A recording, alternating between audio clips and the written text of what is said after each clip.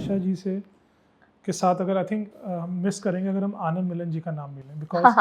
Because आपने एक concert में कहा था कि और मुझे याद, मैं देखा था वो कॉन्सर्ट कोविड के अराउंड आसपास था, आपने ये कहा था, उन्हीं का था, आपने कहा था अगर मैं मर कर भी आना पड़े उनके लिए वापस आऊँगी, क्योंकि उनके लिए गाना, उनका कॉन्सर्ट है तो विद म्यूजिशियंस एंड बैंड। लेकिन मुझे एक शिकायत उनसे हमेशा रहेगी, क्योंकि वो मेरे बहुत अच्छे दोस्त हैं, कि मुझे ऐसा लगा कि वो मेरी टैलेंट, जिस तरह से हम काम कर रहे थे साथ में, जैसे हमारी एक ट्यूनिंग थी, जैसे हमारी एक दोस्ती थी, हमारा एक ग्रुप था, वो चाहते तो मुझसे और भी वैरायटी ऑफ सॉन्ग्स मुझे गवा सकते थे। बहुत अच्छे से वो मेरी टैलेंट को, और इफ़ आई मे से सो, मेरी टैलेंट को वो और टैप कर सकते थे, जो शायद उन्होंने नहीं किया। अब उसके लिए क्या कारण रहा होगा ये मैं नहीं जानती, पर मैं यहाँ पूछूंगा मैम, क्योंकि जब आप वॉइस ऑफ करिश्मा कपूर, जूही चावला बनी, बोल राधा बोल से अपने हिट गाने गाए, माधुरी जी के लिए भी गाए,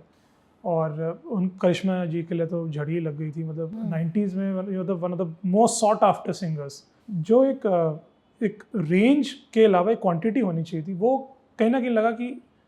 जितनी होनी चाहिए थी उतनी नहीं है। हाँ, तो वो होने नहीं दी ना कुछ लोगों ने। देखो,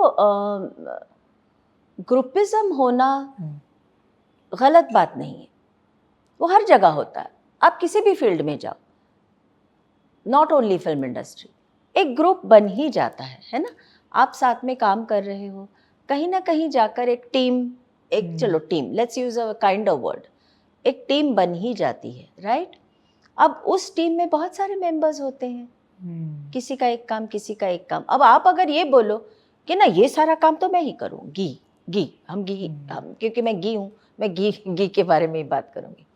ना बाबा, वो क्यों ऐसा होता था ना अंकित, कि मैं सिर्फ एक सिंगर के बारे में बोलूँगी, कि बाकी सब तो ऐसे नहीं थे ना। कविता दीदी, मेरा ज़्यादा ऑफकोर्स उन्हीं से पाला पड़ा है ना, साधना, पर ऐसा था कि भाई आज कौन इतना, मतलब ये था कि आप स्टूडियो में कुछ लोगों को अपने इस पे रोल पे रख रहे हो, कि हमारे अलावा कोई भी फीमेल सिंगर आए, और ख़ास तौर पर मुझसे खुंदक थी बचपन से ही, तो कि भाई ये अगर आए तो बताया जाए मुझे कि फला ये सिंगर कहाँ गा रही हैं, किसके लिए गा रही हैं, कौन। फिर बहुत बार ये कोशिश भी की जाती थी कि क्यों अब उनको एक गाना दिया है उसमें, तो बाकी के गाने मैं गाऊंगी, या सारे गाने मेरे ही हों फिल्म में, उनके 2 गाने हो गए ना, तो मुझे एक गाना, तो